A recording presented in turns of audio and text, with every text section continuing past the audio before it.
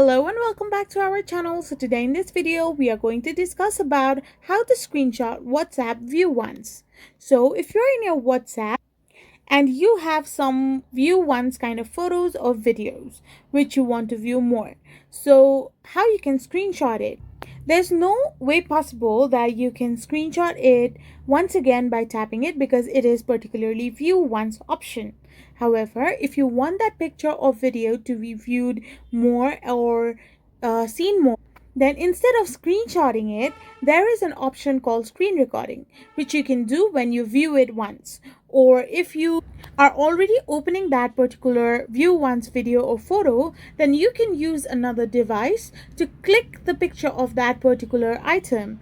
After you do this, you can have it to view more than once after you close that particular app, which means if you're going to record that particular view once file by the help of another device, or you can simply record it by the help of another device, it will help you screenshot WhatsApp view once option. I hope you found this video helpful, so don't forget to hit that subscribe button and to give us a thumbs up. We will be back again with more informative videos. Thank you for watching.